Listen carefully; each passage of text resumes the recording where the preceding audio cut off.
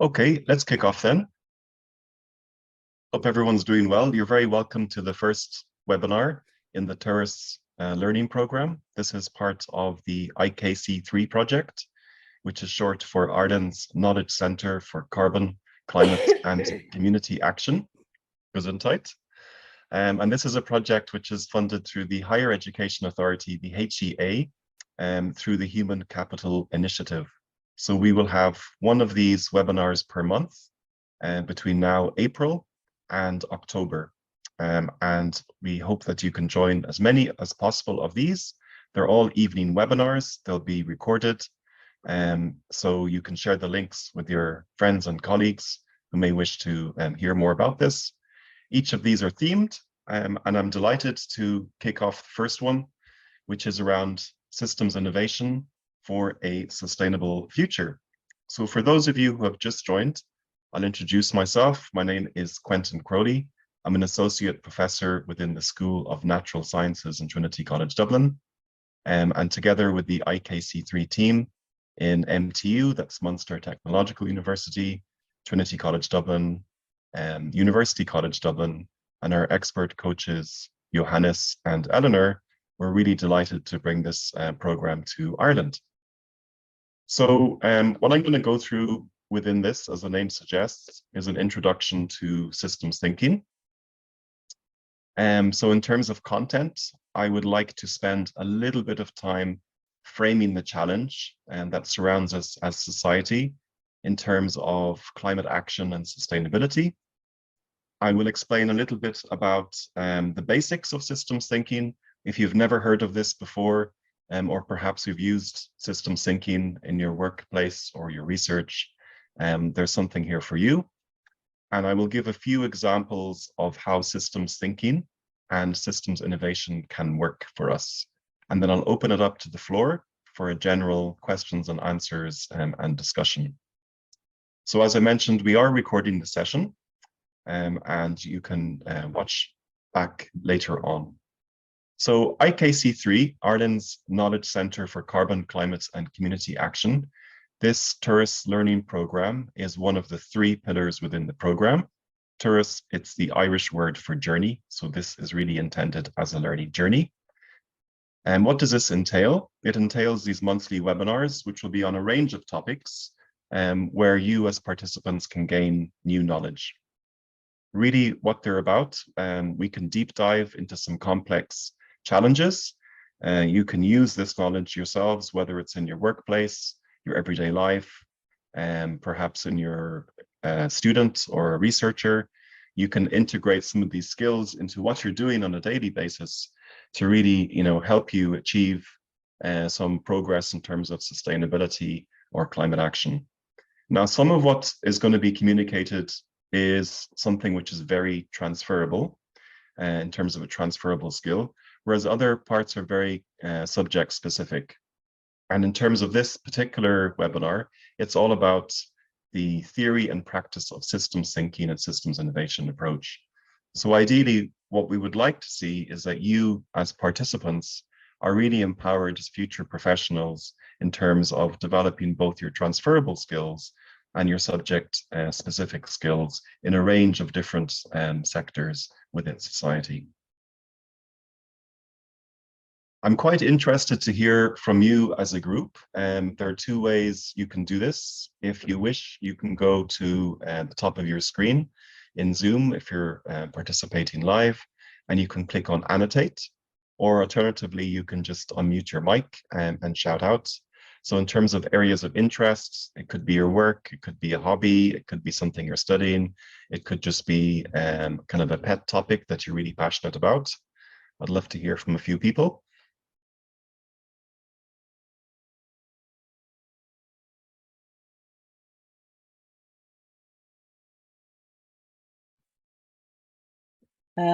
My name is Linda Forrester, and I'm very interested in the area of food and food waste. I work for MSL-ETB, and we're rolling out courses all around sustainability. So I would have a big passion about food waste because I come from the food industry background. I have 30 years experience, and in my experience, there was a lot of food waste. So, you know, we're trying to help students to look at all areas of their life and to see where they can change. And I'd be particularly interested in that area. Amazing. Thank you, Linda. Food waste is definitely an important one. If you think about around 1/3 of food globally produced actually goes to waste, which is, I think, an incredible figure. You think about the amount of energy, water, and resources that are used. I see other comments here coming up. Circular economy. We have a team member, Adon, who is big into circular economy. Plastics and packaging, an interesting one. Campaigning, this sounds more like kind of enabling and fostering for others. I see a hand raised. I don't know your name. I see the initials VK. Hi, this is Vishali. I Vishali, have a welcome. background Thank in you. engineering, but I have been going through various fields in my 20 years almost of career. But my interest is when I see a sustainable growth for future, I see a balanced way of going forward, which includes paper, recycling, reusing, and also a balance between technology and inner balance is something I'm even interested in. It's like, we are going excessively into technology. I'm not saying technology is not good, but there has to be a balance where we find a good balance between technology and the void that technology creates, the isolation that technology creates in a person, and all the psychological aspect of it, or the psychosomatic aspects of it, and maybe bring in mindfulness, yoga, or other things that I have read in my past experiences is like there used to be practices to bring back to the society, not only by money or charity, but also like in terms of purifying the environment. There have been, uh, I wouldn't say ritual, but I'm in loss for a good word for it. In every culture, every ancient culture, you see Aztec, you see shaman, you see yoga, you see Sanatan, anywhere. They have Great. some way of giving back to the society and the nature. And over past few decades, somehow as a human society, we have lost that. So I would also like to explore that angle into sustainability, that we are exploring, we are growing, but we are also equally balancing things. We are not just a, you know, consumerist using kind of society as human society, but Yes. give and take in Thank the you, Vishali. Thank you balance. for sharing that. That's amazing. Thank you Thank so you. much. Thanks for letting me speak. Oh, no worries. So what I see here, I see a lot of different subjects on the blank page here. And thank you for those who are courageous enough to speak out. I know it's not always easy in a large group like this. So I see areas such as biodiversity, food waste, Linda also mentioned, anaerobic digestion, sustainable food production, circular economy, creativity, youth work, resource use, and circularity coming up again there. STEM, so science, technology, engineering, mathematics. So something you'll see here is diversity. You know, you're a group of people, you've expressed an interest in joining us on this webinar and in this course, and you can see that it's really not a one size fits all.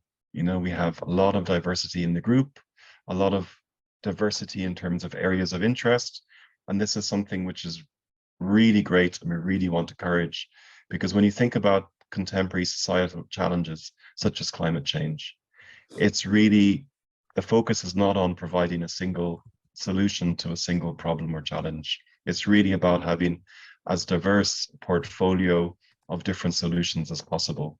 And so it's really, really good to see this range of diversity here this evening. Thank you very much for sharing those. Now, I need to share the screen in a second.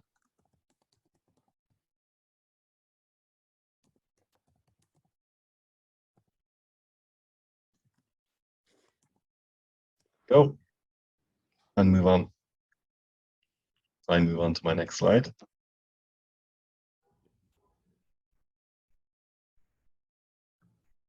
Bear with me 1 second. Here we go. In the meantime, Quentin, can I ask something? I think I missed something. Please go ahead. How were we typing in that common space? I tried doing that, I could not. It's if you go to the top of the Yeah. toolbar in Zoom, there's a choice for annotate. It's like a little pencil. You'll have another opportunity to practice this later in the webinar, so you Okay. can try I it out. don't see it yet, but it's okay. I'll practice it later. Okay, Yeah. thank Thanks. you. Sorry. So what is this diagram all about, the one I'm showing you now? It's really to provide a little bit of additional context. So the main figure over here is a summary of Europe's historic emissions. So the bottom left of this slide is 1990. And as we go to the right, we go past the present and into the future. Okay, so we're going to 2020, 2025, and over to 2050 on the far right. The black squiggly line over here, and this represents the cumulative amount of Europe's emissions. So these are in megatons of equivalent CO2. Don't worry too much about the technical details if you're not familiar with that. The important thing is that we can see, relatively speaking, these are high when the measurements are started. They're represented in 1990, and as time progresses, these are more or less decreasing as we go to the right. Now, overall, historically, we can see that there's been about a 22% reduction in the total emissions coming from Europe, equivalent CO2.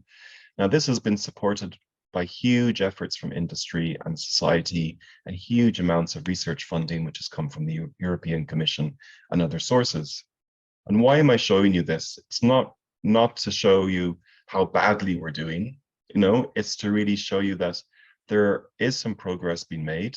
However, we're not on target to reach our 2030 or 2050 greenhouse gas emission reduction targets. That's the reality of the situation. Despite all the huge efforts which have been made, we're still not on track. Now, this to me says that we cannot continue doing business as usual. We cannot try and continue small scale or iterative approaches to transformation, but we really have to have and catalyze very large scale systemic transformations. Now, the gap between our current trajectory and our aspiration is sometimes known as the innovation challenge. So the innovation challenge, I would really frame this as a systems innovation challenge, because I see this diagram as a call to say, we really need to work more systemically. We need to change the way that we operate as a society and the way that we think and the way that we act if we're ever going to have a hope of reaching these 2030 or 2050 targets. And this really is the background to where I'm coming from in terms of introducing the topic of systems thinking and systems innovation. So reframing this in a slightly different way, the challenge as society is, how do we have the emissions by 2030 and how do we get to net zero by 2050? And I see this, yes, as a really big challenge, but also as an opportunity to use something like systems innovation for a large-scale systemic transformation. Now, I've mentioned IKC3, the project, Ireland's Knowledge Centre for Carbon, Climate and Community Action. And the systems approach is really at the core of what we do. Now, there are several organizations using a systems transformation approach. And for us in IKC3, we're really looking to integrate different aspects of society. So shown here in the diagram, we have society, civic society on the top left, government, higher education institutes or learning in general, and the economy in the broad sense, and the natural environment. And I would even say that the natural environment is really core part of what we see as sustainable development. So ideally, every decision that we make should really be made thinking about sustainable development. There are different aspects to this, as you see from the diagram.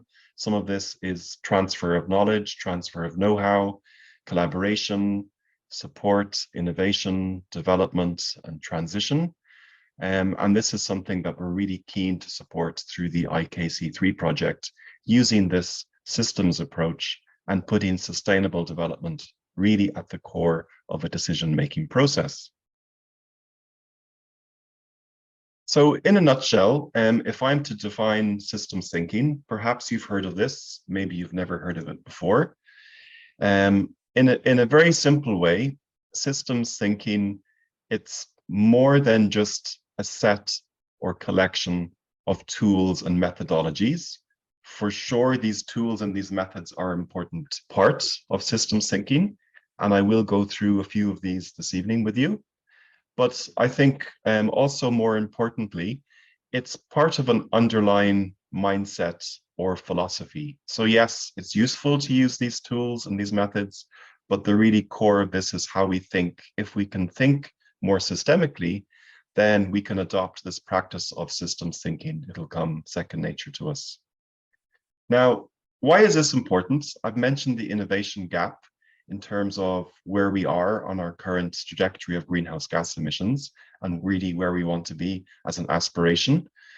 This is a very complex thing to do, despite the huge efforts right across the globe, not just within the EU. We're on a trajectory, but we're not quite there in terms of the rate of change. Now, trying to transform society over such large scales and in a very short time scale, it's a really complex challenge. And sometimes this is called a wicked problem, or sometimes it's called a systemic problem. Now, systems thinking allows us to kind of see and make some sense of this complexity and allows us to kind of distill down and focus our minds on these complex interrelationships within systems. Now, by doing this, by adopting the systems thinking mindset and using these tools, it can allow us to make certain kinds of predictions about the future, about the outcomes. Maybe we want to change something within a system. That system might, for instance, be a food system. It's come up several times so far in our conversation. If we change something within the food systems, then what are the consequences of that? Probably we have some intended consequence of making some change in the system, but there might also be some nuanced unintended consequences of any intervention or change that we make. So when we adopt the systems thinking mindset, it really allows us to hone and refine our predictions about both the intended outcome of a change, but also the possible unintended consequences, whether they're in a positive or a negative sense. So I think you'll see that systems thinking, it's something that is potentially a very powerful tool and a very powerful way of thinking and acting. Now, onto some definitions. You'll see a photo on this slide. This is a lady called Donella Meadows, and she was an American environmental scientist, educator, and very prolific writer. She was one of the very early protagonists of systems thinking, and perhaps is best known as a lead author of several books, including The Limits to Growth and Thinking in Systems.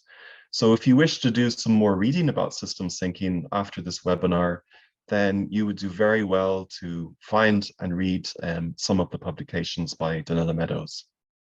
So I'm taking a quote from Donella Meadows here, and she defines a system, or defined a system, as a set of elements or parts that is coherently organized, and it's interconnected in a pattern or structure that produces a characteristic set of behaviors, often classified as its function or purpose.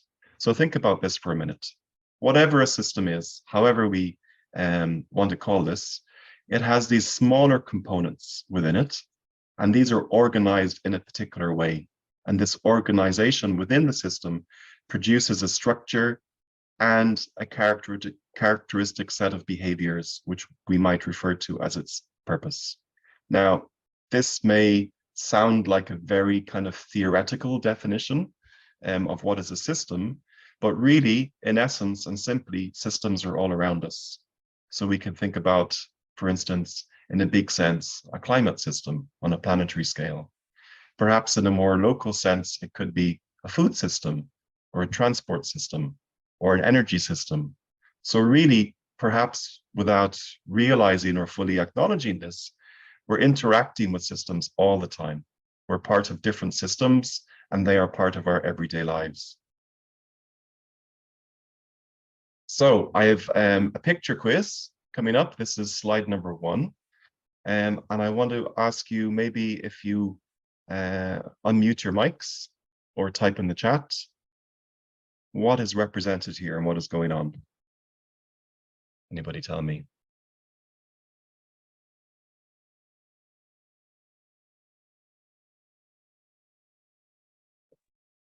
I would have guessed the geese. Maybe not. You're very close, Just Linda. because it's Iceland. That's the It only is reason why. Iceland.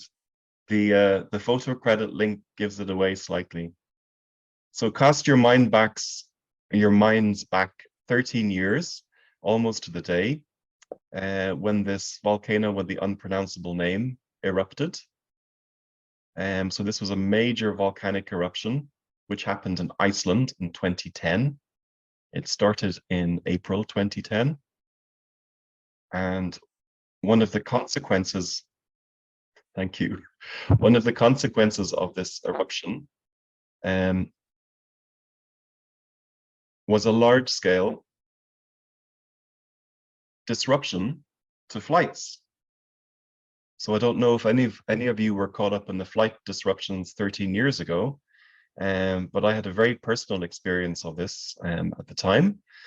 And you'll see from this map, which is taken from a flight tracking app, that the red area, which stretches all the way across the Atlantic in the Northern Hemisphere from Iceland, and then right across most of kind of Northern and Central Europe and into Eastern Europe.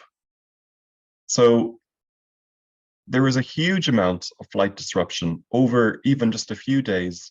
There were millions of people affected by the ash cloud impinging on flights around the world. And it wasn't just Europe, it was also transatlantic. So this was a major thing that happened. And it's something which actually is very unpredictable. You know, it hasn't happened since, and it was a long time that it happened before that. Probably at the time a previous large volcanic eruption happened, there wasn't the extent of international travel that we have nowadays. So this gives you an idea of a system. In this case, it's a planetary system, and we can see that there's unpredictability in this and has consequences. It has knock-on consequences. So you have another opportunity. This is picture quiz number 2. Let's see what you think of this one. So what is in this picture? What's going on? What does it relate to? It's something more recent. Anybody, any ideas? COVID, I'd say. Ships being laid up in dock, is it? Oh, you're on fire, Linda. Yes. So this is an image of a dock in Turkey, and it's a particular dock which is used for dismantling large cruise ships. So in the early stages of COVID, what happened was there was a ban on international travel, and not that many people, even if they could, would want to go on cruises in a confined space. There were a lot of uncertainties around transmission of COVID at the time, and governments and society in general was really, really cautious about mixing with other people and about international travel. And I'm sure you remember we were all locked up at home for what seemed like an eternity. For the industry, in the travel industry, and particularly for these cruise ships, this was a really big deal because it meant that they didn't have customers, and several of these ships were shut down prematurely and sent to this dismantling area, where actually the economy in this part of Turkey was booming because it was largely reliant on this. So it's one of these examples of, you know, how can you predict the complexities in systems? Who would have thought that a virus originating somewhere in the world would have positive effects in the economy in a ship dismantling plant in Turkey? So to iterate the point, systems are complex. They're really complex things. They sometimes behave in very unpredictable ways. When we think about types of interactions between the different components or elements in a system, They can be reinforcing, in other words, positive. If something happens, it causes more of something else to happen. Or they could be balancing. If we have one thing happening, let's say we plant more trees, then we're actually getting less CO2 in the atmosphere. So in that case, that's a balancing kind of relationship. Now, there may also be kind of different levels within a system, kind of a hierarchy. And sometimes these different levels in the system are not obvious to us. We might only see a component or an end result of the system without really understanding the complexity of that system itself. So sometimes the systems are almost hidden, or large parts of these systems are hidden. And all of this adds to the complexities within the system. So what I'm going to do, I'm going to briefly talk through some examples of the kinds of tools which I often use when looking at complexities in systems. There are a lot of these available. If you have a look online or have a look in the literature, you'll see that there are a lot of systems thinking tools. And really, I'm going to introduce just very briefly two of the ones that I use most frequently. So the first of these is called a causal loop diagram. And I'm going to illustrate this, as you might have guessed from the background picture, by looking at agri-food systems, in particular agri-food systems in Ireland. So by way of background, between the 1950s and 1970s, Ireland's national herd, the cattle herd, it increased by over 65%. So it went from somewhere around 4 million to over 7 million heads of cattle within that time period. And we know today, for instance, if we look at the Environmental Protection Agency, the EPA website, we'll see that today Ireland's agricultural sector accounts for more than 37% of the total greenhouse gas emissions in the country. Now, this isn't to say that agriculture is how should I put this? It's not to say that agriculture is painted in a bad light. What I'm talking about here is a certain decision making that was made in the past without realizing the unintended consequences of focusing on this type of agriculture. Okay, so it wasn't known back in the 1950s or even early 1970s at large that there was this direct link between size of a cattle herd and the resulting greenhouse gas emissions, and then the result of this in terms of climate change. It wasn't known. In terms of understanding decision making, this was really good for economy, it was really good for food production, it was good at combating rural depopulation, good at contributing to the GDP of the country. So all of these things are really, really positive things. However, on the negative side, it is linked to greenhouse gas emissions. And now we have this agricultural system, which is really embedded in terms of practice within the country, and even culturally embedded in terms of what we do. And that's something that's very, very difficult to change. So if the agricultural sector is to reduce the greenhouse gas emissions, then there has to be something fundamental that changes in the way that these agricultural practices are conducted. And this is a kind of a systems analysis. So this is just for illustrative purposes. This is part of a causal loop diagram. And you'll see that there are different circles on the diagram, and there's some text in the middle of these. For instance, the size of the cattle herd shown in blue. And you'll see arrows which emanate from these, which go to other elements in the system. And some of these have a positive, some of these have a negative. So the positive are reinforcing, the negative are balancing. Now, this is quite a simplistic example, which is shown for illustrative purposes. You could have a go at this yourselves. You could take a sheet of paper. You could think about any particular system and then think about the elements or components in that system and how they relate to one to another. The positive doesn't mean good and the negative bad. The positive means that if we increase one particular component or element, it causes a similar increase in another component or element, and vice versa. If we see a negative, It doesn't mean that it's a negative thing. It means that if we increase one thing, it causes a decrease in the other. So I'd encourage you to have a go at this at some stage. Have a think about a system, get a sheet of paper, break it into the different components, and think about how these components relate to each other.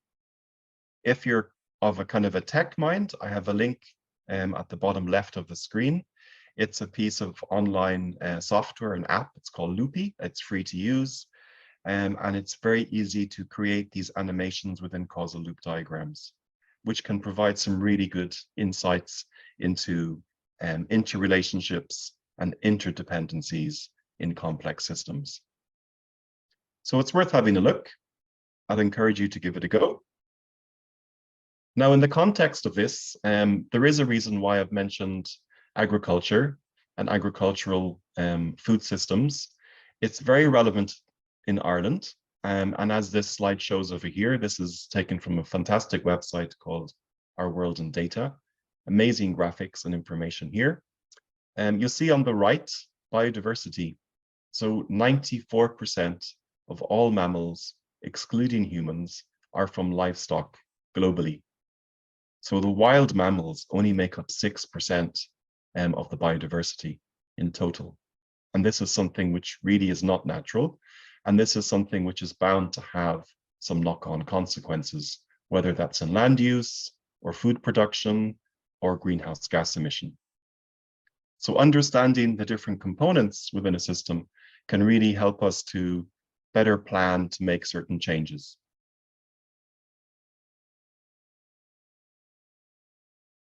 Okay, tool number 2, the iceberg model. So we're all familiar with icebergs. We have some ice, which is floating in water. We see what's known as the tip of the iceberg, but we know that there's a massive root which is supporting the structure, which lays hidden. Now, the iceberg model is very useful when we want to map particular events within a system. Something happens, it's called an event. And it's very useful when we want to better understand the type of supports or structures or behaviors in a system and how these lead to the ultimate event that we see at the top. So on the left is a simple graphic. The tip of the iceberg is what we see. This is the event. Underneath this is a kind of a pattern or a trend within the system. Going deeper, underlying this is an underlying structure which supports the pattern or trend. And at the bottom of the iceberg is a mental model. Now, a mental model could be something like a belief system that we have ourselves. Now, in talking about systems transformation and systems change, there are things called levers, which I'm going to come on to. And the deeper we go within this iceberg, we increase the leverage. So we can try and change the event itself, but without really understanding the pattern or the structures of the mental models, we might not be able to achieve that overall. We might change the trajectory of a particular event, but are we going to change similar kind of events overall? Probably not. So let me just take an example. Food systems has come up many times. I'm going to use this here as well. So the event, I've said here, what has just happened? I just ate a plant-based burger, right? It was very tasty, actually. So what's the pattern and trends? What's been happening? Actually, I've been eating more of these plant-based proteins. That's something that's unusual for me. So what has actually influenced this pattern or this change in patterns? Many things. It's complex. I would say maybe there's more choice in the supermarkets. Maybe there's more variety in terms of plant-based proteins available. There could be other things, underlying structures. But what about the mental model? What about what do we think that's driving these underlying structures and everything that moves up through the iceberg? So what are the assumptions, the beliefs, and the values? Well, one particular mental model could be that I think I don't need to eat meat every day. In the past, that's something that I might have done, but actually, I think I don't need to do that. I could also think that plant-based alternatives, they're good for me. They're rich in protein. And actually, I know a little bit about emissions. And I think, well, there's a direct relationship between what I eat and the effect this has on the environment in terms of greenhouse gas emissions. So it's a very simple example. It's a hypothetical example. I'm just using this for illustrative purposes, but I think it illustrates how when we use a very deceptively simplistic model like this iceberg, it can really allow us to drill down through the events into the patterns, the structures, and into the mental models. So if you're seeking to transform food systems, let's say, then you really need to address the mental models that people hold in relation to the food that they eat. And that's the power of using this model in creating change. Now, levers I've just mentioned, and to come back to Donella Meadows, levers she defined as places within a complex system where a small shift in one thing can produce big changes in everything. So it's a bit like this kind of cascade or this butterfly effect. And ideally, if we use these systems thinking tools, the causal loop diagram, or the iceberg model, these are two of many, many different types which could be used. Ideally, they would allow us to identify these levers of change. So if we change these levers, these can have a profound effect on the whole system. If we don't step back and look at the bigger picture and look at the systems, perhaps we might never see these levers, or we might focus our attention on some component which we believe is important in transforming a system. And we may do a really good job of transforming this thing, but actually it might not shift. It might not cause this cascade effect through the whole system. So as a whole, we may think we're doing well, but it doesn't achieve the system's transformation that we would like it to.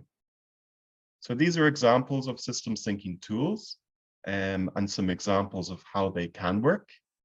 And in the context of our climate action plan for 2023, you'll see this graphic is looking at energy, so looking at renewables, increasing renewables into the energy grid, in terms of infrastructure in the built environment, looking at travel options, more sustainable options and lower emission for travel, looking at aspects of farming and making these more sustainable, looking to industry, business and enterprise, and reducing emissions, and also changing our land use and how we think about our land.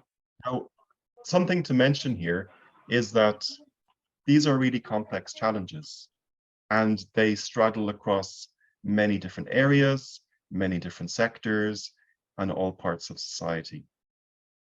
So if we focus just on one of these things, we might do a really great job about, for instance, changing our land use, but as a whole, we might not reach the climate action plan targets in terms of reducing emissions overall.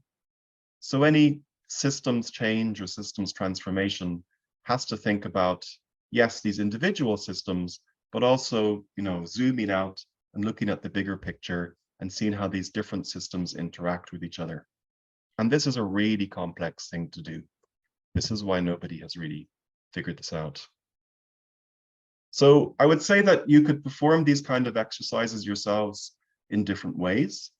You could do something which is kind of a rough back of the envelope, what I would call qualitative exercise, where you're looking to see the types of relationships or what direction you think change might go if you tweak something. Or on the other hand, you could integrate a lot of data into this. You can make it as real as exercise as possible, and you can make it really quantitative. So in other words, you could put figures and numbers on things. Either approach is valid and either approach is useful. And actually, quite often, I will start with something which is more qualitative, and I'll dig a little deeper. I'll do some reading. I'll get some spreadsheets and some figures. I'll start adding data, and then I start building this quantitative picture about what's happening, how things might change in the future. So I'd encourage you to try this. It will require a bit of research on your behalf, or perhaps you already come with a lot of knowledge which is specific to a particular sector, maybe transport or food systems or land use or whatever it may be. Now, a key thing really is we want to be able to identify these so-called levers of change. To do so, this may require a robust data-driven analysis. So again, coming back to doing your literature review, reading reports, getting your hands on facts and figures, and trying to integrate these into your system analysis. Now, whatever approach you take, you really need to understand your system. This is often an iterative, I would say pretty much always an iterative process, so that you might start mapping it, you make some change, and then you iterate and you see what effects you think this might have. Now, this is a natural process, and the reality is that it does take a lot of time to do this in a really comprehensive way.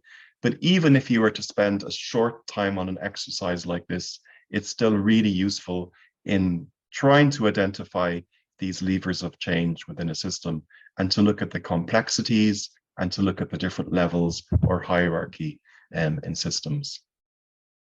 So another question for you, I would say, if we look at a challenge in a different way, a challenge that I would give to you would be to apply a system thinking methodology to your challenge of choice. So I invite you to write down some challenge areas, having listened to the webinar and thinking of your interests. If you could choose a challenge area to focus on for systems thinking, what might that be?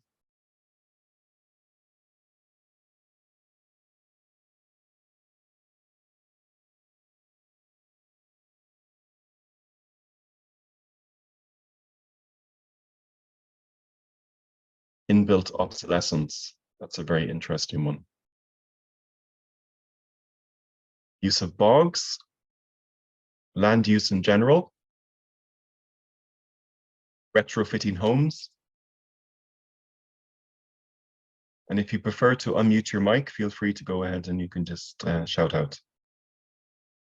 Consumerism in general. It's a big one. I think the main thing that drives me mad in work, and like I work in a really large organization, but it's actually the waste of energy, because I work in Cork County Council, and everything's left on overnight in standby mode. And I haven't really gone about finding out too much about it, but I believe that some of the reason is to do with IT, like overnight updates and things like that. But it just seems like there's 14 floors with I don't know how many desktops and computers and everything's just left on overnight. So I just that would be something that I would love to figure out.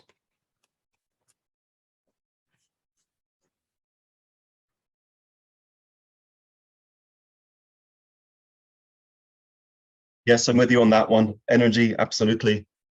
You can see it a lot when you move through major cities and office blocks with the lights on, and yeah, it's incredible. So there's a lot here, which is really encouraging.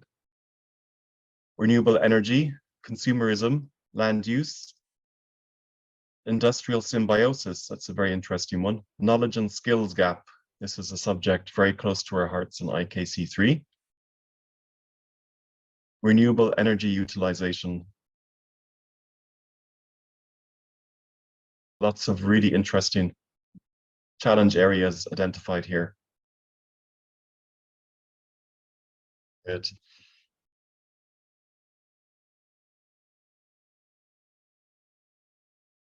Thank you for sharing those. That's super encouraging. I would say another challenge, apart from the challenge of identifying a challenge, is the challenge of actually developing a systems thinking mindset. And I see someone has just said developing a mindset. Well, that's very good timing. So it is something that takes practice. For most people, it's not something that comes easily or is second nature. If it is, you're very lucky, I would say. Viewing the world around us in systems, it's a tricky thing to do. And it does take time and it does take practice. But I would say try some of these exercises, do some reading, work with others, if there's a particular challenge within your workplace, such as the one just mentioned in energy, this could be a really good opportunity to focus on that challenge and apply a systems thinking methodology to help you develop this mindset, because the mindset itself is something that you can apply to any particular challenge. So I'm going to leave it there and open the floor for general questions and answers. I thank you very much for your participation and your attention and all the questions that were asked. And I'm opening the floor to you. So I'm going to stop sharing my screen here. Is there a way to maybe give us an overview of where we are as a IKC3 project in terms of Ireland? Like, are we in the still like brainstorming stage where we are trying to, understand how to leverage and all those things? Or have we actually put some actions and plan already, like even if not in execution, maybe in the pipeline or in coming times? How are we approaching it in Ireland, and which are the focus areas for IKC3 in Ireland as this IKC3? Thanks, Vishali. That's a good question. I would say, first of all, that systems thinking is not so widespread in terms of its use. You can see it being used in some sectors and areas more than others. IKC3 as a project is led by MTU, Munster Technological University, and there is a particular expertise there in terms of bioeconomy, circular bioeconomy, circular economy, and education, land use, and higher and further education, among other things. So certainly the MTU project team have a lot of expertise in this area and related areas, but that's not to say this is the only focus for the IKC3 project. So we're more interested in really developing innovations in higher and further education, which can be applied to any sector. And for example, systems thinking is one of the ways in which I think this can be achieved. Yeah, and if we educate and prepare more awareness, like spread more awareness and mindfulness around these topics, even if not now, maybe a decade later, we'll have people who are well aware and into this already. The mindset would be changed maybe in a decade, maybe 5 years, maybe higher thinking, but even at least in a decade. Yeah, that's what we are aiming. That's why. I think so. And to come back to your original question about, different areas and how we're doing as a whole, I would say some areas and some sectors are more advanced than others. So it was only last summer when we had a new circular economy bill that was published. So circular economy is something that's very new to Ireland. Now, I mentioned circular bioeconomy. So if you were to talk to farmers and land users, they may say, well, we've been doing this for generations. And I would say certainly that's true. But in terms of applying circular economy to different sectors in Ireland, that's something that we're not there yet. And if you look at the league tables of circularity, actually as a planet, we're not doing so well in terms of circular economy. So I would say some sectors and some areas are more advanced than others, really. But it's difficult to define that in any more detail right now. I mean, you can look at figures, you can look at emission figures. These are some of the metrics that we use to look at progress, but there's a bigger picture there. It's not necessarily all about emissions. It's maybe about what is driving emissions. And there are other aspects of resource use, for instance, that might not be captured by emission figures. And maybe the funding and the, like I'm a master's student. I've recently finished my research in education. And there also I discovered there is a normal inertia for change. And on top of it, there is generally a loop. If you don't have enough innovation, you don't get enough funding. If you don't have enough funding, you don't get enough innovation. Absolutely. That was a vicious loop. I'm sorry in saying vicious, but that's a loop I discovered while having my research. Like, it's very difficult to, kind of find that point of just going into that loop and breaking it out. And COVID somehow forced us in that direction, but otherwise this loop was existing and there was a big inertia for change. We have been doing it for 20 years like this. Who are you to tell this has to change, Yeah. Thanks for that. No, and thank you for the points you raised. Would anyone else like to ask a question either by unmuting your mic or typing in the chat? Anil, you can go ahead and you can unmute your mic. Thank you for joining us. Yeah, hi, Quentin. It's always been interesting to listen to circular economy. Now, my questions will be probably based on the same things as I've always thought. It is about every problem we have is always about awareness, education, and the people who are causing the problems. I mean, what I'm trying to get at is how do we get, how would you suggest we approach this where while these issues are happening, we need to at the same time create a lot more awareness to the younger people or the next generations, and at the same time to the people who are contributing to the global climate change or whatever. How do we approach companies, multinationals? How do we engage them into getting things right?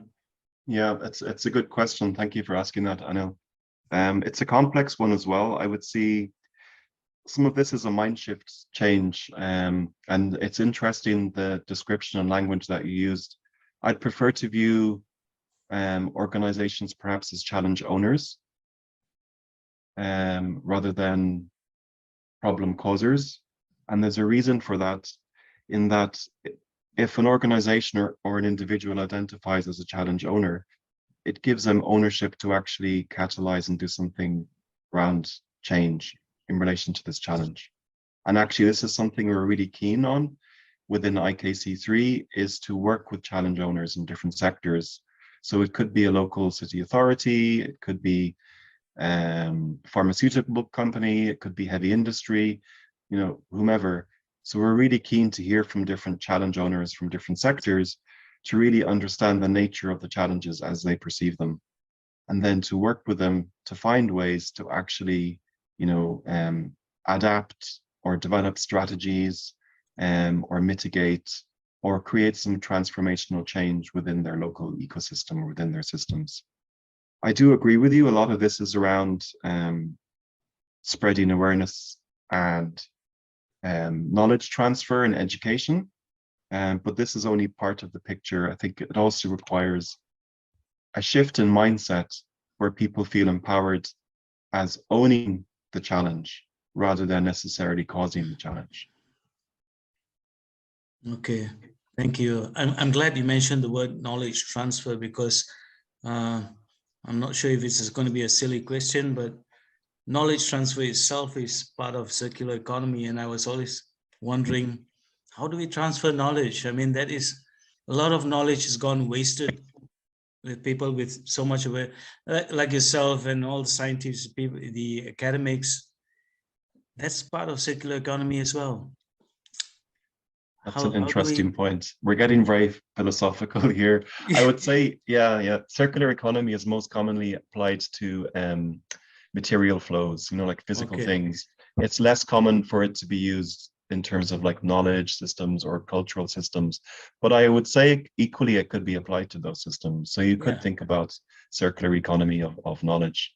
The way I was trying to get at was the awareness part. That's where it comes in. Absolutely.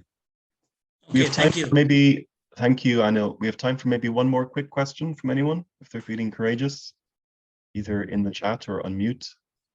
And I can see, Lizzie, you mentioned you can message co-hosts, not the entire group. That's fine. So we see the messages here. And if anyone would prefer to unmute their mic, feel free. Quentin, just one more thing. Sorry, me again. But when you guys were discussing, you and Anil, about organizations as challenge owners, a thing came in my mind. Are we trying to relate it with corporate social responsibility, like the CSR initiatives that is going on globally? Are we kind of trying to maybe collaborate in that as IKC3, or we are still keeping IKC3 separate with CSR? I think it's a good question. We could spend a lot of time talking about this. It comes back to the point we raised earlier about diversity. So, you know, really would like to work with a range of different challenge owners, whether they're from the corporate world or different sectors or different agencies or government departments. So there's definitely power in that diversity of different challenge owners across different sectors and different parts of society. Fair. So I'm conscious of time. We said that we would run till now, and we've used pretty much all of the time. So feel free to get in touch on ikc3.ie, have a look at the website. You can sign up to the newsletter, and we hope to see you for the next webinar, which will take place on the 29th of May.